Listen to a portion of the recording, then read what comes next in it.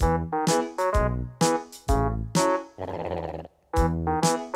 Harbaugh. Scott, thanks for being with us on Yakkin with you, Jagoff. John, thanks for stopping by. Oh, well, it's cool to come in and see this, and now we're trying to give people a feel for what it's like to be a meteorologist, not a weatherman, a meteorologist. Professional liar.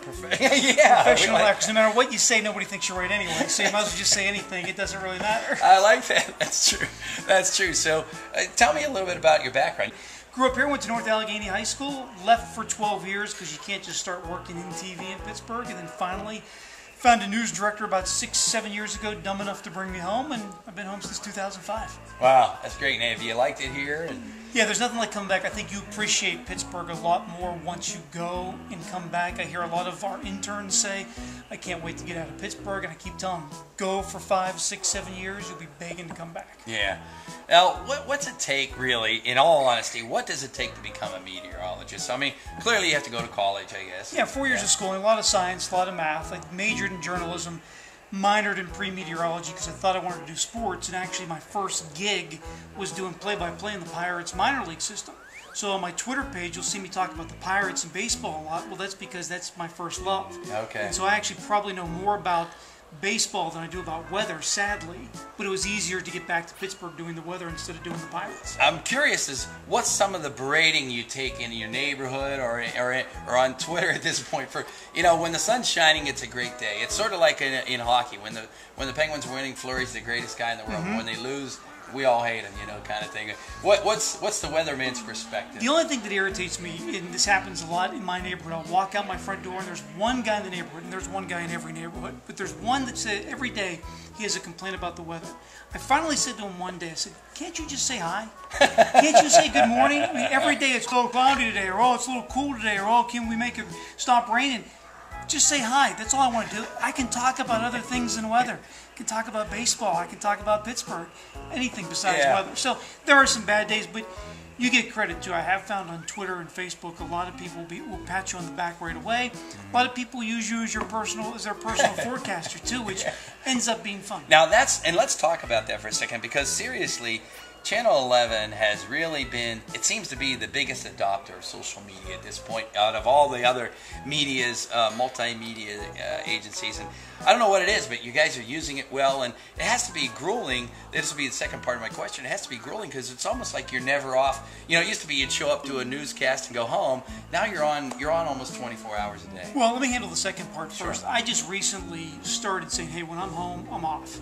If there's a major weather issue, if there's severe storms, then I'll tweet, but there are times where I go dark for 48 hours over the weekend because it is non-stop during the day. I was tweeting at 5:30 this morning, even though I didn't get into work until 10:30. So when I get to Friday night, kind of have to turn it off a little bit. But you're right, we take pride in social media. We actually do research projects on how to tweet better, how to Facebook better, how to bring viewers in, because it is interactive. You can't just post a forecast and then walk away from it. You've got to talk to people.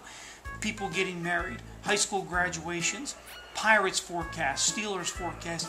You got to talk. You got to be interactive. You can show a little personality. I tend to be a bit of a smart aleck, as everybody at work will tell you. But you just got to walk the fine line and hopefully keep bringing people into it. And that's hopefully what we're doing right now. Now, here's my big, because we're a hard-hitting news organization, I have a big question for you. Yeah, I was actually a little scared about the entire interview. What is the deal with having to be so specific? It's going to be 34 tomorrow night, 36 on Wednesday night, and 37 on Friday night. I mean, can't we just say between 35 and 40? I'm good with rounding numbers. I'd rather say high temperature of 70 to 85. Yeah. If I had my way. There you go. They tell us exact numbers are the way to go, but the problem is if I say the high is going to be 68 today, I'm talking about Pittsburgh International Airport. I see. Some Jagoff from Butler is going to call me and say, hey, it was only 63 at my place today. You missed it. I boxed it. Yeah, I boxed it on the daily number, yeah. I mean, if we miss by like 6, 7, 8 degrees, we're upset. We miss by 1 or 2, save it. I don't want to hear it. Here's the other thing is I love the fact that during blizzards and crazy weather days, someone's in here with their sleeves rolled up, sweating over the computer. I mean, it's the we're working weatherman look. I love that. That's just Kevin Benson, because he actually, when he goes on TV, he gets that way. He gets that sweaty, sleeves rolled up look. No, seriously, when we're like, it is a working weather center. Where we're standing right now, this is the office. This is where we do all the work. Kevin gets in at 3 o'clock in the morning. I get in at 10 o'clock in the morning. Stephen Cropper gets in at 3 in the afternoon, usually earlier because he is really detailed. And Mike LaPointe is literally in for 28 hours on a weekend from Saturday morning to Sunday night. So it is the job, and people all the time are like, well, you guys missed this, you guys missed that. Nobody gets more upset when we miss it than we do. Now, speaking of Kevin Benson, we hear you do an excellent Kevin Benson imitation. Can we see that?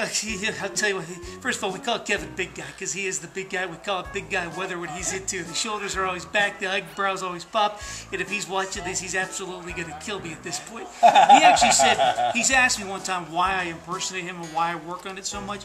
He's been in Pittsburgh television for 25 years. Someday when we wheel him off into the sunset, we're going to roast him, and I want to be front and center at that roast, picking on him and making fun of him. Nice. So, two things before we go, because I appreciate you being here.